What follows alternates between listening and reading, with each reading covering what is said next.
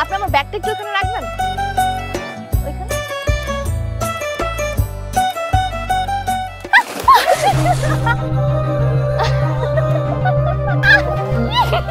ঘাটে তো নৌকা ঠিকই আছে, মাঝি তো নাই।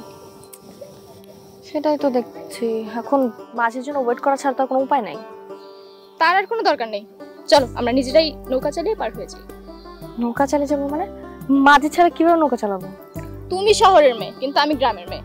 গ্রামের মেয়েরা সবকিছুই পারে। তুমি জাস্ট নৌকায় উঠো, চলো। শিওর? আরে ভয় পাচ্ছো কেন, আসো। ওকে।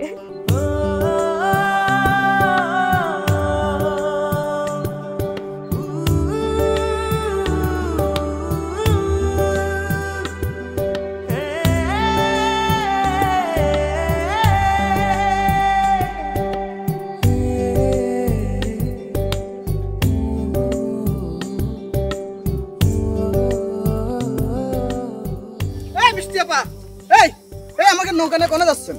ওপারে যাচ্ছি, কই যাবো আর? ভাইজান, এই মিষ্টি আপা আমাকে নৌকা চুরি করে নিয়ে গেল। দৈরারা গাইতেছে। ওপারেই তো যাচ্ছি, নৌকা নিয়ে তো আর পৃথিবী ছেড়ে চলে যাচ্ছি না।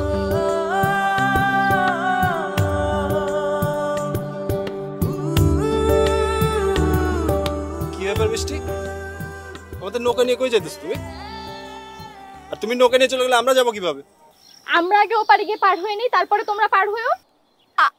আসলে কি আমরা তো সবাই ওই পারে যাব, তাহলে একসাথে যাই। মিষ্টি, চিনলাম না তো, পরিচয় করে দাও। ও আচ্ছা, ও আমার ফুফাতো বোন, আজকেই আসছে শহর থেকে।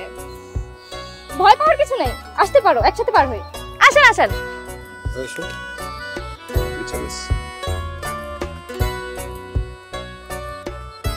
এই মিষ্টি আপা, আমি চালাচ্ছি।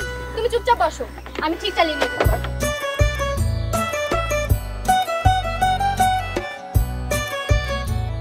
আপনি আমার ব্যাগটা একটু ওখানে রাখবেন। ওইখানে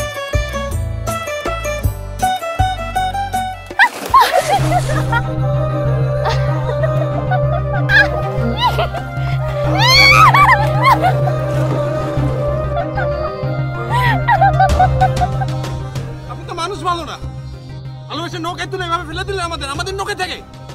এই যে শোনেন, আমার গ্রাম, আমার নৌকা এসব বলবেন না। এই গ্রামটা কিন্তু আমারও, আমার নানু বাড়ি এখানে। হ্যাঁ, আপনার যেমন এই গ্রামের সবকিছুর উপর অধিকার আছে, আমারও আছে। আর আপনাকে কেন ফেলে দিলাম জানেন? পানির গভীরতা মাপার জন্য, কারণ আমরা পড়ে গেলে তো আমাদের উঠতে হবে, তাই না? আপনি কাজটা ঠিক করেন নাই, আপনি আমার সাথে প্রতারণা করছেন এভাবে। একদমই না। আপনি ভেবে নেন আপনাদের আমি অতিথি আপ্যায়ন করলাম, আপনাকে ছেড়ে দিলাম জাস্ট আপনি আমাদের গ্রামের মেহমান বলে। আপনি যে কিছু করেননি তার জন্য আপনাকে অসংখ্য ধন্যবাদ। টাটা।